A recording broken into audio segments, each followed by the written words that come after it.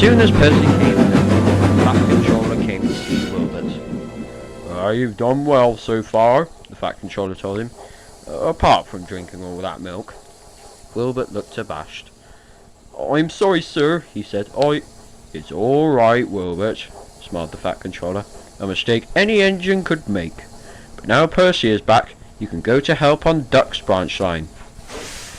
Wilbert puffed away. Percy and the others were very sorry to see him leave. Duck and Oliver made Wilbert very welcome.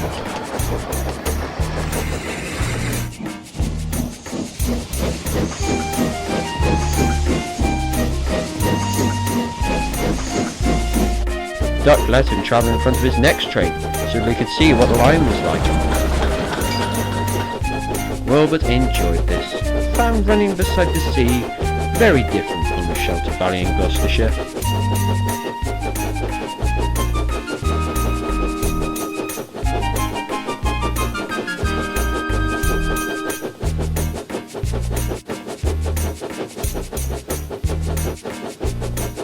Next day he began regular work. During the afternoon he took some ballast wagons to the loading dock beside the small railway.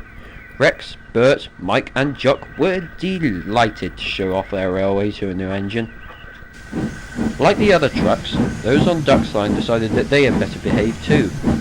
Donald and Douglas had kept them all in order, but Wilbert made sure they didn't forget what the twins had taught them. One day, Wilbert was at the ballast loader.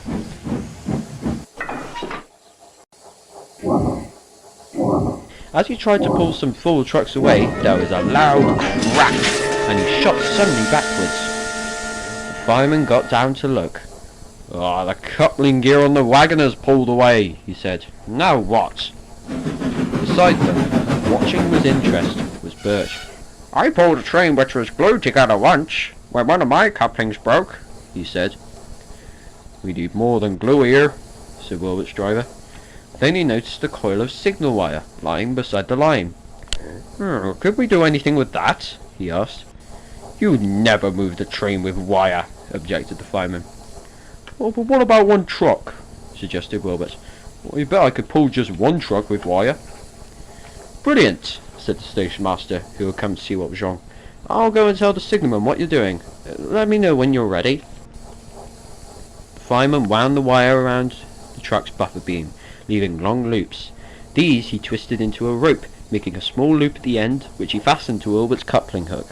A shunter uncoupled the front truck from the rest, and at last everything was ready. Right, Wilbert, said his driver, gently now. He opened the regulator very, very carefully, easing Wilbert slowly backwards. The wire tightened, stretched, and held. Slowly the truck followed Wilbert out of the siding.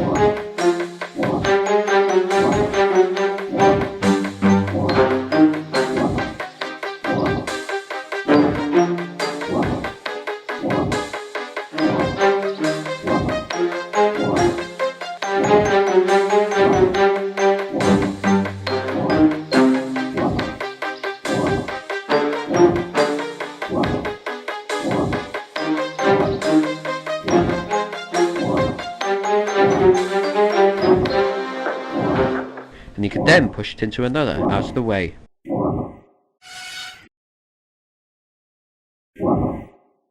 Then he went back to his ballast train. This time there was no trouble.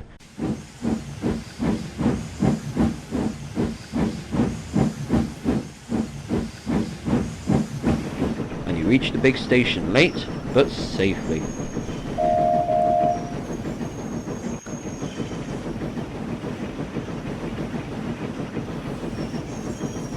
By the end of his stay, the Fat Controller knew that an engine like Wilbert was exactly what he needed on his railway. I am delighted, Wilbert, said the Fat Controller. Please take our best wishes to your friends in the Forest of Dean. We hope your line there will be as successful as your work here. Thomas, Percy, Toby and Daisy came to the junction to see Wilbert off and whistled cheerfully as he passed. Peep peep, called Wilbert. I've had a wonderful time, but I'm looking forward to getting home. Goodbye, and thank you. And with a whistle, he rounded the curve and disappeared into the tunnel.